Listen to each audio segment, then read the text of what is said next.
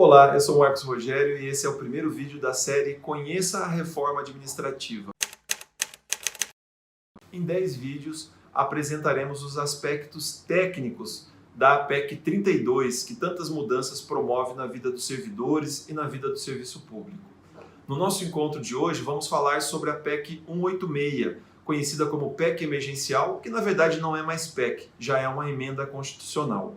E os parlamentares e a sociedade queriam a prorrogação do auxílio emergencial que foi concedido em 2020. Mas o governo não apenas se recusou a prorrogar o auxílio emergencial, como exigiu que para aprovar um novo auxílio emergencial teria que ser aprovado também uma PEC fiscal, uma reforma fiscal. Então o auxílio emergencial que foi aprovado, ele é utilizado como chantagem para a aprovação das medidas fiscais.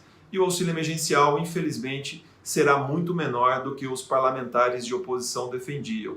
Eles queriam um auxílio de R$600 para todos os brasileiros e brasileiras que precisarem e pelo tempo que durar a pandemia. E o governo não aceitou isso, autorizou apenas um auxílio cujo valor médio será de R$250 por apenas 4 meses e por um número muito menor de pessoas. Mas, além de um auxílio menor para menos gente por menos prazo, o governo exigiu a aprovação de um pacote fiscal. E esse pacote traz o conceito da chamada sustentabilidade da dívida. E uma lei complementar, que vai ser debatida e aprovada pelo Congresso depois, essa lei complementar vai regulamentar como vai se dar a sustentabilidade da dívida. E já está prevista na PEC que essa lei complementar vai dispor, por exemplo, sobre as medidas administrativas de contenção dos gastos públicos, inclusive e especialmente dos gastos com o pessoal. Vai prever também a possibilidade de privatização das empresas estatais e do patrimônio público de um modo geral. Mas enquanto essa lei não é aprovada, a própria PEC já estabelece medidas drásticas para os servidores e servidoras. Isso porque ela cria o conceito do teto de 95% da despesa em relação à receita. Toda vez que a despesa atingir 95% da receita, para os servidores do governo federal, acionam-se os gatilhos. E esses gatilhos prevêem o congelamento geral de salários e benefícios, prevêem a impossibilidade de contratação de pessoas, de novos concursos, de alteração nas carreiras, ou seja, haverá uma estagnação geral nas carreiras. As oposições e os movimentos sociais, com muita mobilização, conseguiu derrotar o governo que queria reduzir jornada e reduzir salário. Isso saiu. Conseguiu derrotar o governo também naquela proposta de suspender a progressão e a promoção na carreira. Isso também saiu. Mas as medidas que ficaram, ainda assim, acabam colocando o preço da conta no lombo dos servidores e servidoras. Este teto de 95%, que vale para a União, ele então estabelece o momento do acionamento dos gatilhos. Se a despesa não atingir 95%, os gatilhos não serão acionados. Mas se atingir, o gatilho será automaticamente acionado. E gatilho, como existe numa arma, ele é disparado e a bala vai em direção a alguém. E esse alguém, como eu já disse, são basicamente os servidores e servidoras. Há uma previsão de que o governo federal atinja os 95% da receita mais ou menos em 2025. Essa é a previsão do Instituto Fiscal Independente do Senado. Outras instituições dizem que a União estará engatilhada, ou seja, atingindo o teto em 2024.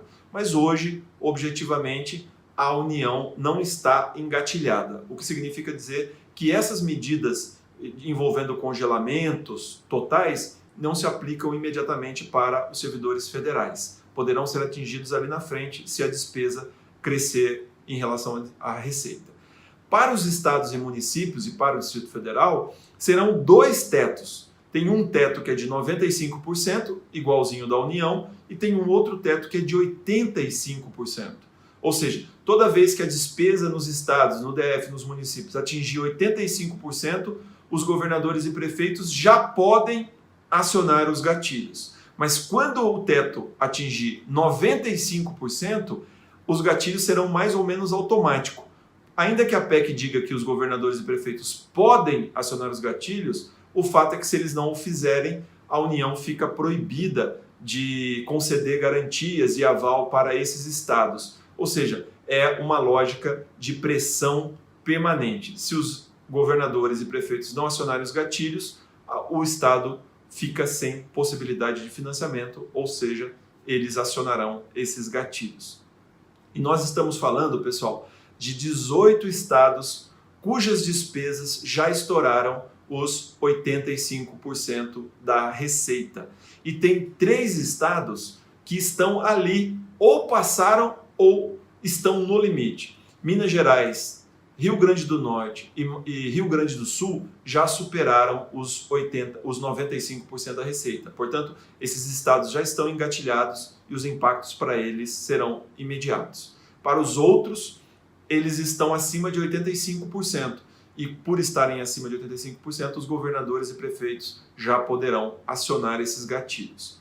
Além dos gatilhos, a PEC ela é muito ruim também para os fundos setoriais de financiamento de políticas públicas. O governo queria acabar com todos os fundos, mas novamente a mobilização da sociedade e dos parlamentares na Câmara e no Senado fizeram com que os fundos fossem todos mantidos, mas o governo conseguiu pegar o dinheiro que sobra nesses fundos, o chamado superávit fiscal desses fundos, pegar todo esse dinheiro e destinar ao pagamento e à amortização da dívida.